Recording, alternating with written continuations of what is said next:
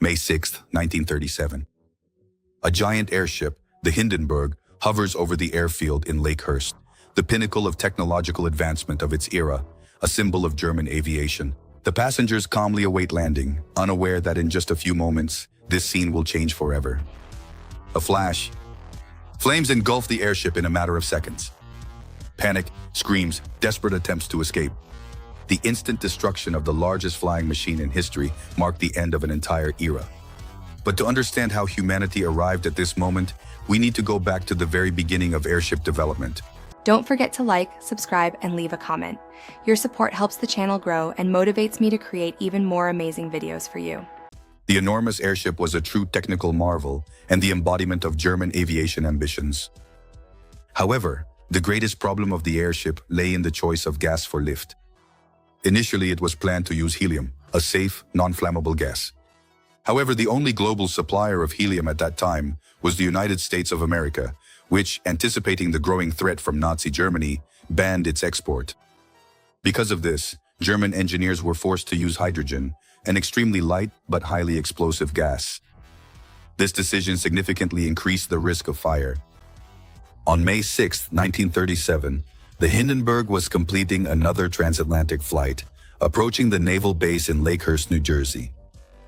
The weather was unfavorable. Strong winds and high humidity made the landing difficult.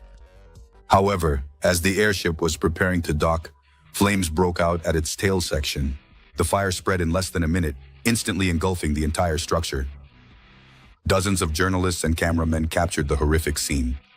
Footage of the burning airship instantly spread around the world, becoming one of the first major disaster reports in the media.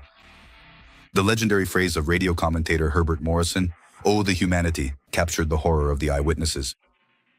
The causes of the Hindenburg tragedy remain the subject of debate and research, even decades after the disaster. The most common theory is related to static electricity. The airship was flying in unfavorable weather conditions through a thunderstorm front, which could have led to a buildup of charge on its surface.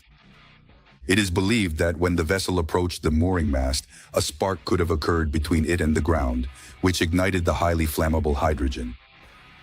Another possible cause is a hydrogen leak. According to this theory, due to strong winds and tension, the airship's envelope could have been damaged even before landing, which led to an undetected gas leak. Additionally, the envelope was coated with a special paint containing iron and aluminum oxides, materials used in the production of explosives.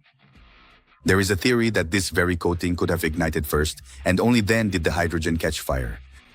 Some researchers have suggested the possibility of sabotage.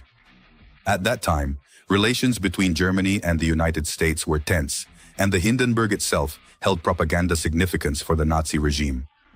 Suspicions arose that explosives might have been planted on board, or that someone had deliberately damaged the envelope, causing a gas leak.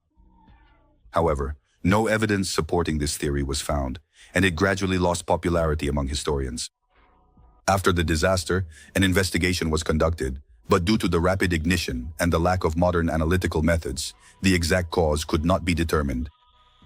In any case, the tragedy was the result of a fatal combination of technical shortcomings, the risky choice of hydrogen instead of helium, and unfavorable circumstances during landing. Leave a like, comment, and share it with your friends.